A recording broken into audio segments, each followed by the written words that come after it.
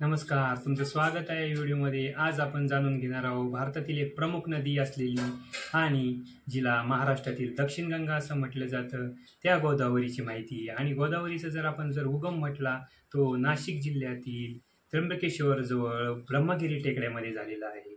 आणि जर विचार केला या नदीचा तर या नदीने 49% क्षेत्र महाराष्ट्रातील व्यापलेलं आहे।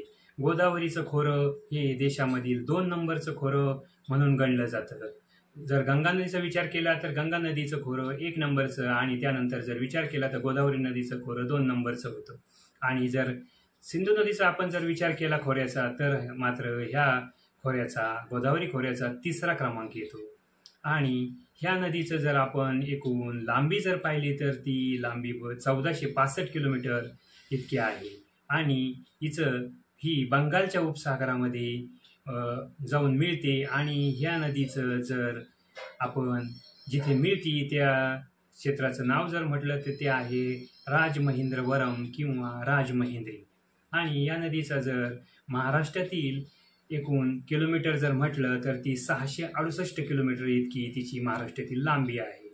आणि ही नदी नाशिक जिल्ह्यातून पुढे जर म्हटलं तर अहिल्यानगर जिल्ह्यातून हीच नदी पुढे जर छत्रपती संभाजीनगर नंतर जालना, परभणी, नांदेड, बीड आणि शेवटी गडचिरोलीमध्ये प्रवेश करते।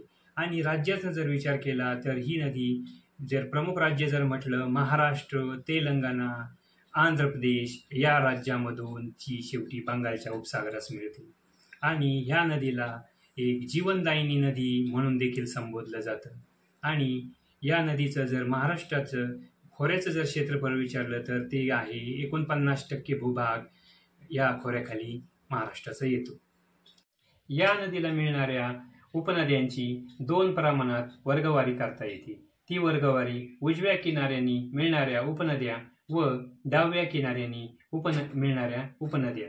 हे जर आपण पाहिलं तर असं लक्षात येतं की यांची संख्या खूप मोठ्या प्रमाणात आहे। ती संख्या पुढील प्रमाणे